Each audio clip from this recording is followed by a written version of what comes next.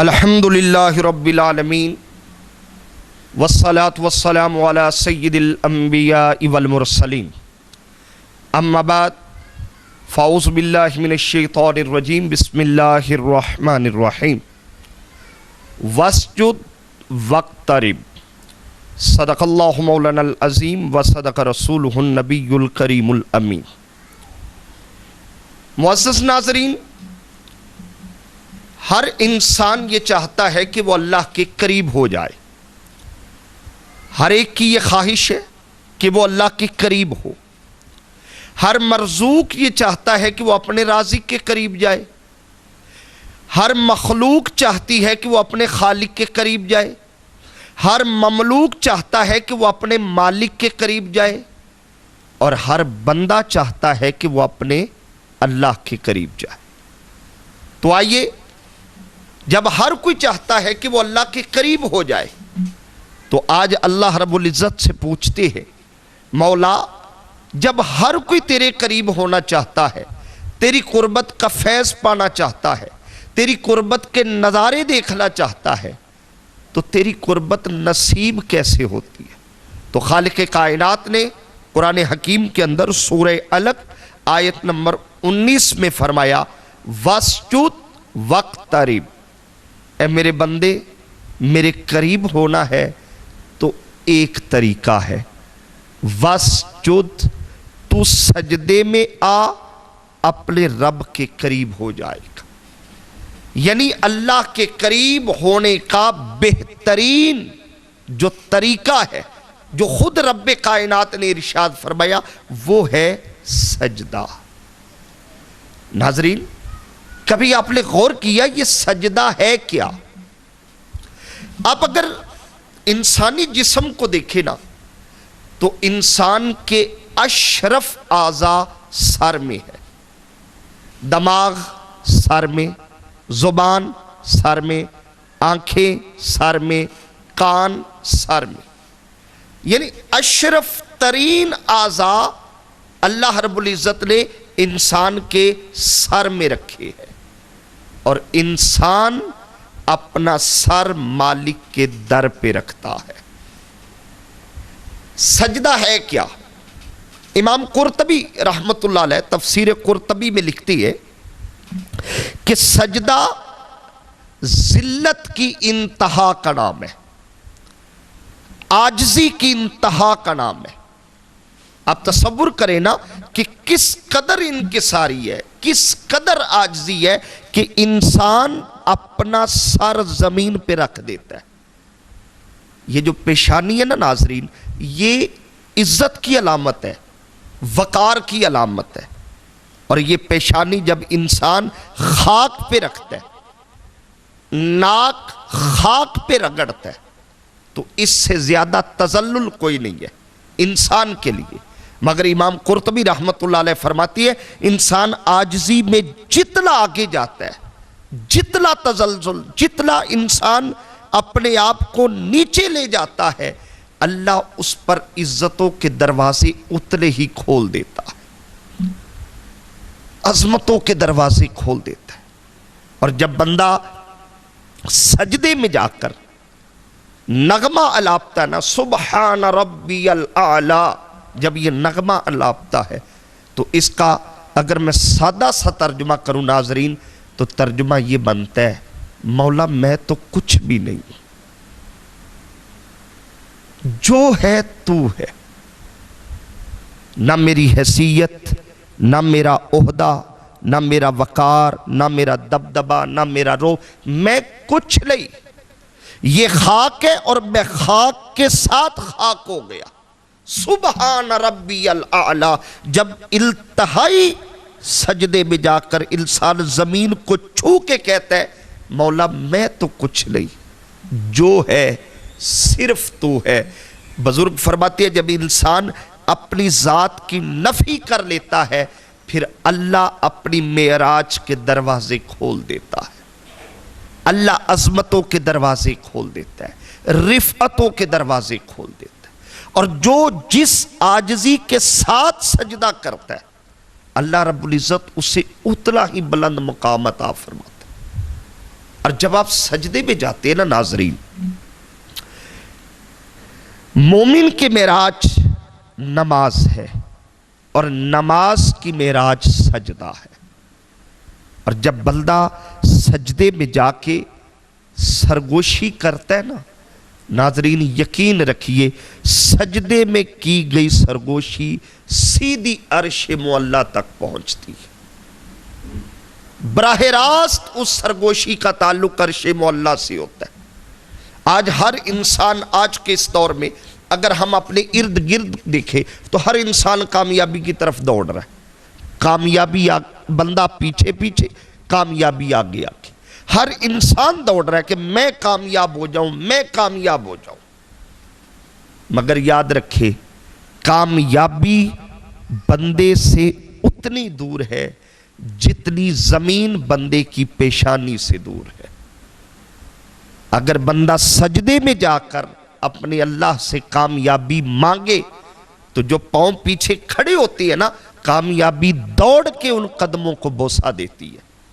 اس لیے تو کہتے ہیں کہ کامیابی تمہارے قدم چومے گی، مگر شرط یہ ہے آج ہم جگہ جگہ جھکتے پھرتے، در بدر جھکتے پھرتے، کبھی اس در کبھی اس در۔ اقبال نے یہی تو سمجھایا تھا، یہ ایک سجدہ جسے تو گراں سمجھتا ہے، ہزار سجدے سے دیتا ہے آدمی کو نجات۔ اے بندے مومن، تو ایک اللہ کے در پہ نہیں جھکتا، یاد رکھ اقبال قلندر لاہوری، نباز امت، شاعر مشرق، حکیم الامت کہہ رہے ہیں تو ایک مالک کے در پہ جھکنے کو، سجدے کو پسند نہیں کرتا۔ یاد رکھ یہ ایک سجدہ جسے تو گراں سمجھتا ہے، جسے جو تجھے بہت بھاری لگتا ہے نماز کے لیے اٹھ کے بیٹھنا، تجھے بہت بھاری لگتا ہے نماز کے لیے آنا، یہ ایک سجدہ جسے تو گراں سمجھتا ہے، ہزار سجدوں سے دیتا ہے آدمی کو نجات۔ کیا مطلب؟ اقبال کہتی ہے در در جھکنے کی بجائے ایک در پہ جھک جاؤ، پھر وہ تمہیں کہیں اور جھکنے نہیں دے گا۔ ناظرین، سجدہ اتنی بڑی نعمت ہے، اتنی بڑی نعمت ہے، آپ سوچ نہیں سکتے۔ کہا جاتا ہے، حکایت بیان کی گئی، کسی گاؤں میں ایک بدنام زمانہ چور آ گیا۔ وہ کافی دنوں سے ایک گھر دیکھ رہا تھا کہ میں نے یہاں کارروائی کر لی، تو ایک رات موقع دیکھ کر وہ آ گیا۔ اب چور نے گھر میں داخل ہو کر اپنا سامان جو بھی اس نے لوٹ مچانی تھی مچا کے سامان باندھ لیا۔ اتنے میں گھر کے مکان کے مالک کی آنکھ کھل گئی، اس نے دیکھا کہ چور چوری کر رہا ہے۔ اس نے ناظرین شور ڈال دیا، ایک شور مچ گیا، چور آ گیا، چور آ گیا۔ اور آپ کو پتا ہے گاؤں میں گھر کے ساتھ گھر ملا ہوتا ہے اور لوگ بے خبر بھی نہیں ہوتے، بس آواز لگانے کی دیر تھی، لوگ دوڑے۔ اب چور کو بھی معلوم پڑ گیا کہ میرے پیچھے بندے لگ گئے، اور بندے بھی خالی ہاتھ نہیں، جس کے ہاتھ میں جو آیا اس نے پکڑ لیا، کسی نے کلہاڑی، کسی نے لاٹھی، کسی نے کچھ، کسی نے کچھ۔ اب وہ پورا جو گاؤں تھا مرد اسلحے سے لیس ہو کر اس چور کے پیچھے، اب چور آگے آگے، بندے پیچھے پیچھے۔ اب چور کو کچھ سمجھ نہیں آ رہی میں کیا کروں، اتنے بلدوں میں سے بھاگ کے جان بچا کے نکلنا بہت مشکل تھا۔ شیخ سعدی کہتے ہیں کہ رستے میں مسجد آ گئی، چور نے پتہ کیا کیا ناظرین، نہ آؤ دیکھا نہ توب، فوراً مسجد میں گھس گیا، اور جاتے ہی سجدے میں اس نیت سے کہ اگر لوگ میرا پیچھا کرتے ہوئے مسجد میں آئیں تو مجھے نمازی سمجھ کے چھوڑ جائیں۔ چور سجدے میں گیا، لوگ ڈھونڈتے ڈھونڈتے مسجد تک آئے، ایک نے کہا یہی چور ہے، باقیوں نے کہا نہیں یار یہ چور نہیں، یہ تو نماز میں مصروف ہے، نیک بندہ ہے، نماز پڑھنے دو، اسے ڈسٹرب نہ کرواؤ، چور ڈھونڈتے ہیں۔ لوگ یہ کہہ کر چلے گئے۔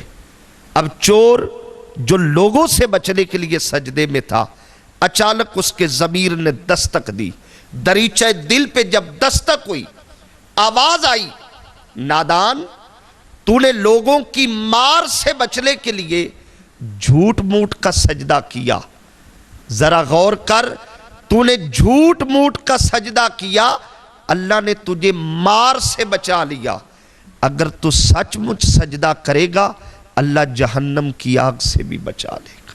بس اس کی دنیا بدل گئی۔ تو کس نے دنیا بدلی؟ صرف ایک سجدے نے۔ ناظرین، آپ نماز پڑھتی ہے، سجدہ کرتی ہے، میں آپ جس پہلو کی طرف آپ کی توجہ دلانا چاہتا ہوں، آپ کوشش کریں فرض کے علاوہ کبھی اس کی بارگاہ میں طویل سجدہ کرے، کبھی لمبا سجدہ کرے۔ ام المومنین حضرت عائشہ صدیقہ رضی اللہ تعالی عنہا فرماتی ہے بعض اوقات حضور اتنا لمبا سجدہ کرتے، اتنا لمبا سجدہ کرتے کہ مجھے لگتا کہ شاید حضور کی روح پرواز کر گئی۔ اتنا طویل سجدہ، اور یہ تو آپ سب جانتی ہے نا، دختر رسول، جگر گوشہ مصطفیٰ، زوج مرتضیٰ علیہ السلام، حضرت سیدہ طیبہ طاہرہ سیدہ فاطمہ الزہراء سلام اللہ علیہا، آپ جب سجدے میں جاتی تھی، عبادت کا حال دیکھے، نماز عشاء کے بعد نفل پڑھ رہی ہیں اور سجدے میں، بعض اوقات پہلا سجدہ اتنا طویل ہو جاتا کہ حضرت بلال کی تہجد کی اذان آنے لگتی، جب آواز کانوں میں پڑتی تو نبی کی بیٹی رو کے کہتی مولا تو نے رات اتنی چھوٹی بنا دی کہ تیرے نبی کی بیٹی ایک سجدہ بھی پورا نہیں کر سکتی۔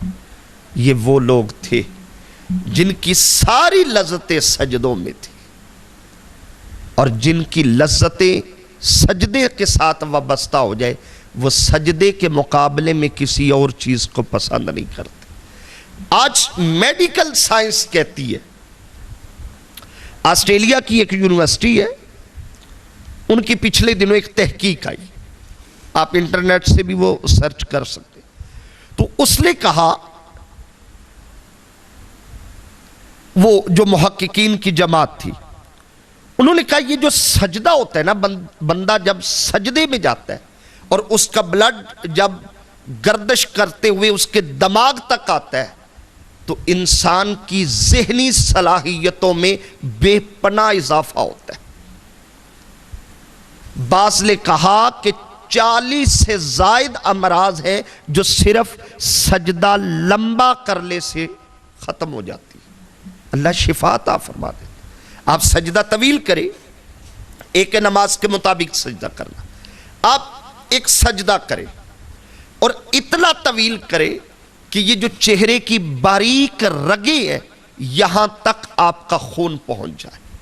تو محققین کہتے ہیں جو یوں سجدہ کرے کہ چہرے کی باریک رگوں تک بھی خون کی گردش پہنچے، اس آدمی کے چہرے کی کبھی رونق ضائع نہیں ہوتی، اس کا چہرہ ہمیشہ تر و تازہ رہے گا۔